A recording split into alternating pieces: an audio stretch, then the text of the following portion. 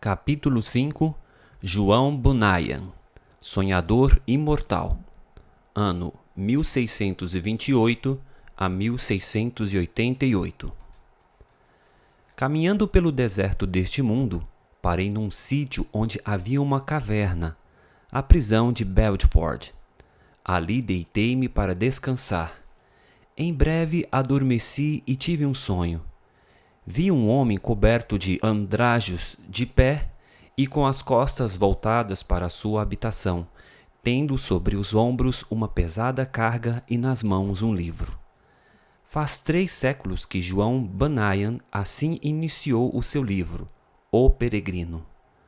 Os que conhecem as suas obras literárias podem testificar de que ele é de fato o sonhador imortal. Estando ele morto, ainda fala. Contudo, enquanto miríades de crentes conhecem o peregrino, poucos conhecem a história da vida de oração deste valente pregador. Bunyan, na sua obra Graça Abundante ao Principal dos Pecadores, nos informa que seus pais, apesar de viverem em extrema pobreza, conseguiram ensiná-lo a ler e escrever.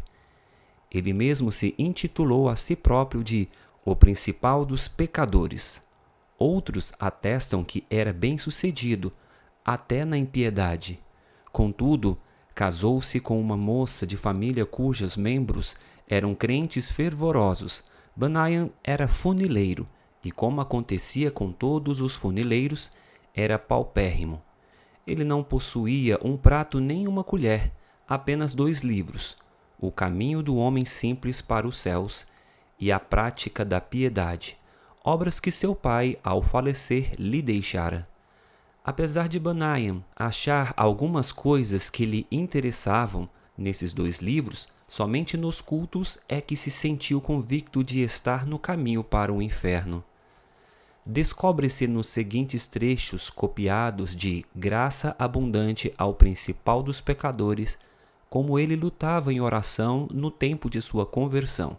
Veio-me às mãos uma obra dos Hunters, livro estimado por alguns doutores. Não sabendo julgar os méritos destas doutrinas, dediquei-me a orar desta maneira: Ó Senhor, não sei julgar entre o erro e a verdade. Senhor, não me abandones por aceitar ou rejeitar essa doutrina cegamente. Se ela for de ti, não me deixes desprezá-la. Se for do diabo, não me deixes abraçá-la. E louvado seja Deus, ele que me dirigiu a clamar, desconfiando na minha própria sabedoria, ele mesmo me guarda do erro dos Hunters. A Bíblia já era para mim muito preciosa nesse tempo. Enquanto eu me sentia condenado às penas eternas, admirei-me de como o próximo se esforçava para ganhar bens terrestres, como se esperasse viver aqui eternamente. Se eu pudesse ter a certeza da salvação da minha alma, como se sentiria rico, mesmo que não tivesse mais para comer a não ser feijão. Busquei o Senhor, orando e chorando, e do fundo da alma clamei: Ó Senhor, mostra-me, eu te rogo, que me amas com amor eterno. Logo que clamei, voltaram para mim as palavras como um eco: Eu te amo com amor eterno. Deitei-me para dormir em paz e, ao acordar, no dia seguinte, a mesma paz permanecia na minha alma. O Senhor me assegurou: Amei-te enquanto vivias no pecado. Amei-te antes, amo-te depois e amar-te-ei para todo sempre.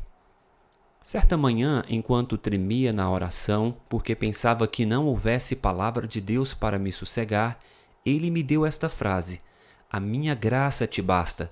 O meu entendimento foi tão iluminado como se o Senhor Jesus olhasse dos céus para mim, pelo telhado da casa, e me dirigisse essas palavras. Voltei para casa chorando, transbordando de gozo e humilhado até o pó. Contudo, certo dia, enquanto andava no campo, a consciência inquieta, de repente estas palavras entraram na minha alma: Tua justiça está nos céus. E parecia que com os olhos da alma via Jesus Cristo à destra de Deus, permanecendo ali como minha justiça. Vi, além disso, que não é o meu bom coração que torna a minha justiça melhor, nem que a prejudica, porque a minha justiça é o próprio Cristo, o mesmo ontem, hoje e para sempre. As cadeias então caíram-me das pernas, fiquei livre das angústias, as tentações perderam a força, o horror da severidade de Deus não mais me perturbava, e voltei para casa regozijando-me na graça e no amor de Deus. Não achei na Bíblia a frase, tua justiça está nos céus, mas achei o qual para nós foi feito por Deus a sabedoria e justiça e santificação e redenção. 1 Coríntios 1:30. E vi que outra frase era verdade.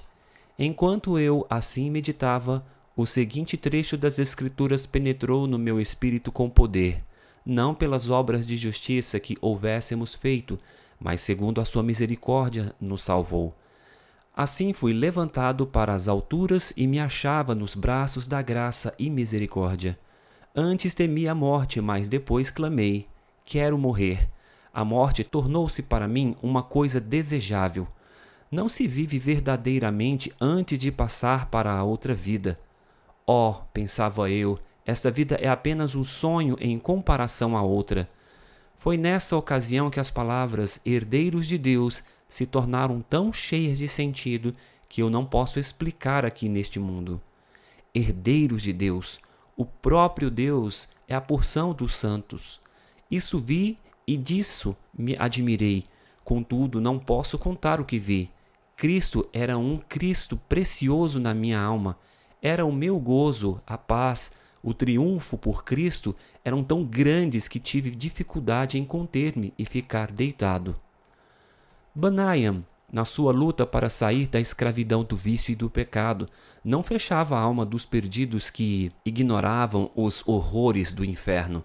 Acerca disso ele escreveu: percebi pelas Escrituras que o Espírito Santo não quer que os homens enterrem os seus talentos e dons, mas antes que despertem esses dons. Dou graças a Deus por me haver concedido uma medida de entranhas e compaixão pela alma do próximo e me enviou a esforçar-me grandemente para falar uma palavra que Deus pudesse usar para apoderar-se da consciência e despertá-la. Nisso o bom Senhor respondeu ao apelo de seu servo, e o povo começou a mostrar-se comovido e angustiado de espírito ao perceber o horror do seu pecado e a necessidade de aceitar Jesus Cristo. De coração clamei a Deus com grande insistência que ele tornasse a palavra eficaz para a salvação da alma. De fato, disse repetidamente ao Senhor que se o meu enforcamento perante os olhos dos ouvintes servisse para despertá-los e confirmá-los na verdade, eu o aceitaria alegremente. O maior anelo em cumprir meu ministério era o de entrar nos lugares mais escuros do país. Na pregação, realmente, sentia dores de parto para que nascessem filhos para Deus. Sem fruto, não ligava importância a qualquer louvor aos meus esforços. Com fruto, não me importava com qualquer oposição. Os obstáculos que Bunyan tinham de encarar eram muitos e variados. Satanás, vendo-se grandemente prejudicado pela obra desse servo de Deus, começou a levantar barreiras de todas as formas. Bunyan resistia fielmente a todas as tentações de vangloriar-se sobre o fruto de seu ministério e cair na condenação do diabo. Quando certa vez um dos ouvintes lhe disse que pregava um bom sermão, ele respondeu: "Não precisa dizer-me isso. O diabo já cochichou a mesma coisa no meu ouvido antes de sair da tribuna." Então o inimigo das almas suscitou os ímpios para caluniá-lo e espalhar boatos em todo o país, a fim de induzi-lo a abandonar seu ministério.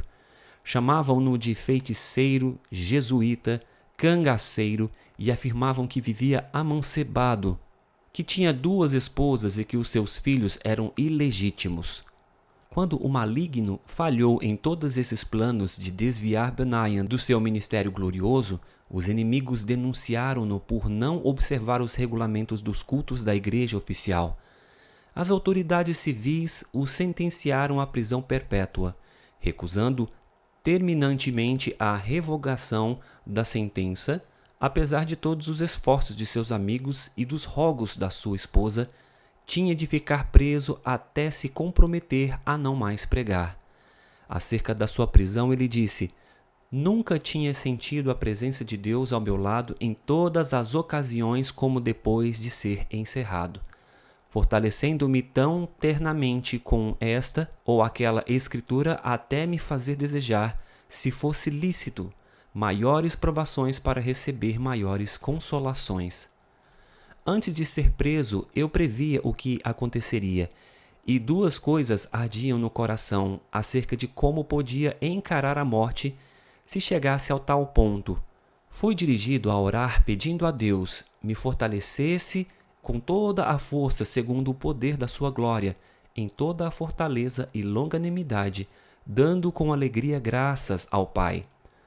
Quase nunca orei durante o ano antes de ser preso, sem que essa escritura me entrasse na mente e eu compreendesse que para sofrer com toda a paciência devia ter toda a fortaleza, especialmente para sofrer com alegria.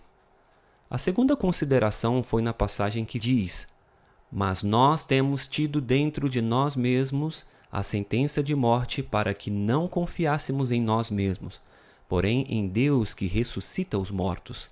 Cheguei a ver por essa escritura que se eu chegasse a ponto de sofrer como devia, primeiramente tinha de sentenciar à morte todas as coisas que pertenciam à nossa vida, considerando-me a mim mesmo, minha esposa, meus filhos, a saúde, os prazeres, tudo, enfim, como mortos para comigo e eu morto para com eles. Resolvi, como Paulo disse, não olhar para as coisas que se veem, mas sim para as que não se veem, porque as coisas que se veem são temporais, mas as coisas que se não veem são eternas. E compreendi que se eu fosse prevenido apenas de ser preso, poderia de improviso ser chamado também para ser açoitado ou amarrado ao pelourinho. Ainda que esperasse apenas esses castigos, não suportaria o castigo de desterro. Mas a melhor maneira para passar o sofrimento seria confiar em Deus. Quanto ao mundo vindouro, quanto a este mundo, devia considerar o sepulcro como minha morada, estender o meu leito nas trevas, dizer à corrupção: Tu és meu pai, e aos vermes: Vós sois minha mãe e minha irmã. Jó 17, 13 e 14. Contudo, apesar desse auxílio, senti-me um homem cercado de fraquezas. A separação da minha esposa e de nossos filhos aqui na prisão torna-se às vezes como se fosse a separação da carne e dos ossos, e isso não somente porque me lembro das tribulações e misérias que meus queridos têm de sofrer, especialmente a filhinha cega. Minha pobre filha, quão triste é a tua porção neste mundo! Serás maltratada, pedirás esmolas, passarás fome, frio, nudez e outras calamidades.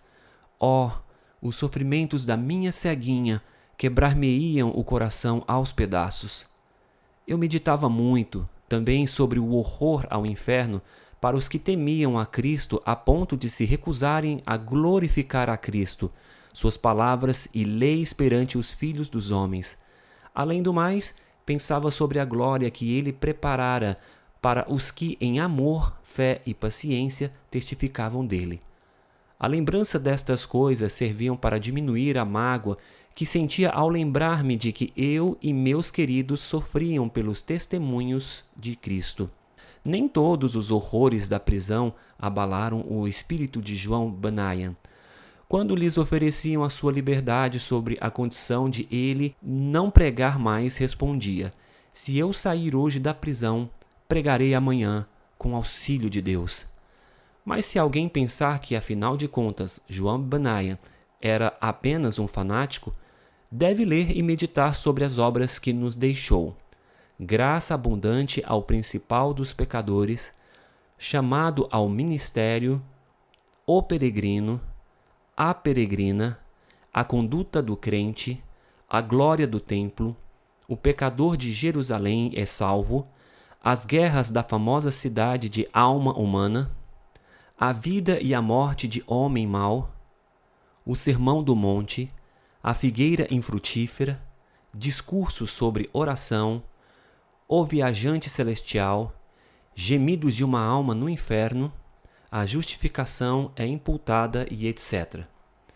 Passou mais de 12 anos encarcerado. É fácil dizer que foram 12 longos anos, mas é difícil conceber o que isso significa. Passou mais da quinta parte de sua vida na prisão, na idade de maior energia. Foi um quacre chamado Whitehead que conseguiu a sua libertação. Depois de liberto, pregou em Bedford, Londres e muitas outras cidades. Era tão popular que foi alcunhado de Bispo Bunyan. Continuou o seu ministério fielmente até a idade de 60 anos, quando foi atacado de febre e faleceu. O seu túmulo é visitado por dezenas de milhares de pessoas. Como se explica o êxito de João Bunyan? O orador, o escritor, o pregador, o professor da escola dominical e o pai da família, cada um conforme o seu ofício, pode lucrar grandemente com um estudo do estilo e méritos de seus escritos, apesar de ele ter sido apenas um humilde funileiro sem instrução. Mas como se pode explicar o maravilhoso sucesso de Bunyan? Como pode um iletrado pregar como ele pregava e escrever no estilo capaz de interessar à criança e ao adulto, ao pobre e ao rico, ao doutor e ao indouto? A única explicação do seu êxito é que ele era um homem em constante comunhão com Deus. Apesar de seu corpo estar preso no cárcere, a sua alma estava liberta. Porque foi ali, numa cela, que João Bunyan teve as visões descritas nos seus livros. Visões muito mais reais do que os seus perseguidores e as paredes que o cercavam. Depois de desaparecerem os perseguidores da terra e as paredes caírem em pó, o que Bunyan escreveu continua a iluminar e alegrar a todas as terras e a todas as gerações. O que vamos citar mostra como Bunyan lutava com Deus em oração. Há na oração o ato de desvelar a própria pessoa, de abrir o coração perante Deus, de derramar afetuosamente a alma em pedidos, suspiros e gemidos. Senhor, disse Davi, diante de ti está todo o meu desejo e o meu gemido não te é oculto. Salmo 38:9. E outra vez, a minha alma tem sede de Deus, do Deus vivo. Quando entrarei e me apresentarei ante a face de Deus? Quando me lembro disto, dentro de mim derramo a minha alma. Salmo 42, 2-4. Note, derramo a minha alma. É um termo demonstrativo de que em oração sai a própria vida e toda a força para Deus. Em outra ocasião escreveu: as melhores orações consistem, às vezes, mais de gemidos do que de palavras, e essas palavras não são mais que a mera representação do coração, vida e espírito de tais orações. Como ele insistia e importunava em oração a Deus, é claro no trecho seguinte: eu te digo, continua a bater, chorar, gemer e prantear. Se ele se não levantar para te dar, porque é seu amigo, ao menos por causa da tua importunação, levantar-se-á para dar-te tudo o que precisares. Sem contestação, o grande fenômeno da vida de João Bunyan consistia no seu conhecimento íntimo das Escrituras, as quais amava, e na perseverança em oração ao Deus que adorava. Se alguém duvidar de que Bunyan seguia a vontade de Deus nos 12 longos anos que passou na prisão de Bedford, deve lembrar-se de que esse servo de Cristo, ao escrever O Peregrino, na prisão de Bedford, pregou um sermão que já dura quase 3 séculos e que hoje é lido em 140 línguas. É o livro de maior circulação depois da Bíblia. Sem tal dedicação a Deus, não seria possível conseguir o incalculável fruto eterno desse sermão pregado por um funileiro cheio da graça de Deus.